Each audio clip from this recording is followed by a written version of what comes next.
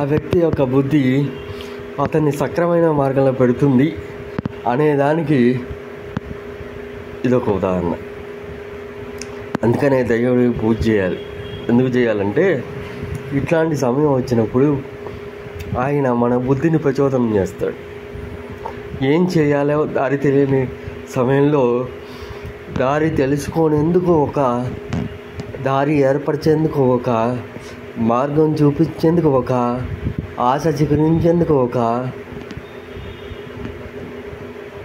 వేని ఆయన సృష్టిస్తాడు. ఆయన మన మీదకి వదులుతాడు దాన్ని. ఎందుకని? వీడు నన్ను నమ్ముకొని బతుకుతున్నాడు కాబట్టి వీడికి మనము ఏమైనా చేయాలి అని అనుకుంటాడు భగవంతుడు. ఎప్పుడు? ఆయన్ని నువ్వు త్రికరణ శుద్ధిగా నమ్మినప్పుడే. బహుశా ఇదే జరిగి ఉంటుంది ఆ వ్యక్తి జీవితంలో. ఆ వ్యక్తి పూర్వపుణ్యం అనేది చాలా బలంగా ఉంది. అందువల్ల అంత పెద్ద ప్రమాదం నుంచి సింపుల్గా బయటకు పడ్డాడు. ఇకపోతే పాపం ఈ విమాన ప్రయాణంతో ఏమాత్రం సంబంధం లేని వ్యక్తులు, పాపం అక్కడ హాస్టల్లో చదువుకున్న పిల్లలు, వాళ్ళ మీద పోయి ఈ విమానం గోల్టం ఏందో, వాళ్ళు అకస్మాత్తుగా ప్రమాదానికి గురై కొంతమంది చనిపోవడం ఏందో, గాయపడటం ఏందో, ఇదొక విచిత్రమైంది. అంటే ఎక్కడి నుంచో వస్తున్న ప్రమాదం అనుకోకుండా వచ్చి మీద పడింది. ఆ మీద పడిన దానికి వాళ్ళు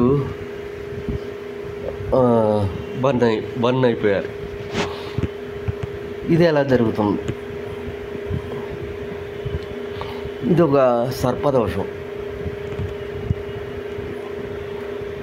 ఇది ఆశ్లేష నక్షత్రం జాతకులు, కుజదోష జాతకులు. ఇది అకస్మాత్తుగా ప్రమాదాన్ని ఎదుర్కొంటారు. అష్టమ కుజుడు అంటారు.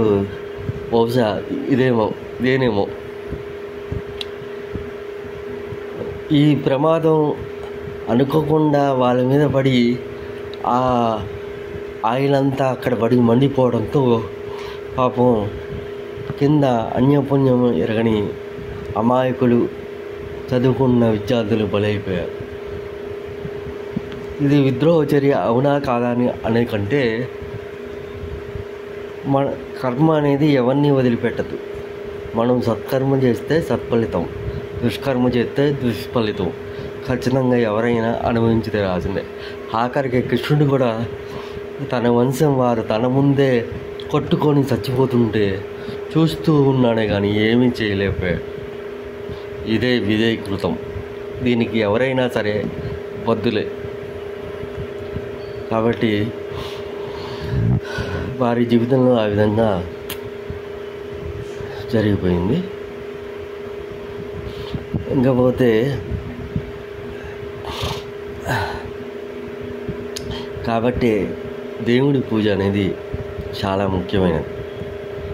దేవుడి పూజ అనేది ఎప్పుడు కాపాడుతుంది అనే ప్రశ్నకి ఈ విమానంలో దూకిన వ్యక్తి ఒక ఉదాహరణ. ఇంతకంటే బహుశా మరొక ఉదాహరణ ఉండకపోవచ్చు.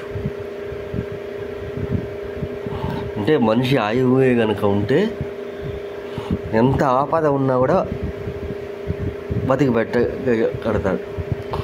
అదే ఆయువు లేకపోతే చిన్న చీమ గుట్టి కూడా చనిపోతాడు. చీమే వేరే దక్కల్లా. అంటే చనిపోవడానికి కేవలం ఒక కారణం కావాలి భగవంతుడికి. మృత్యుదేవత ఆ విధంగా వరం కోరింది. తన మీద నింద పడకుండా ఉండటం కోసం మృత్యుదేవత ఒక వరం కోరింది.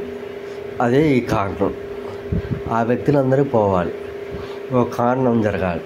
ఆ కారణం ఇదే.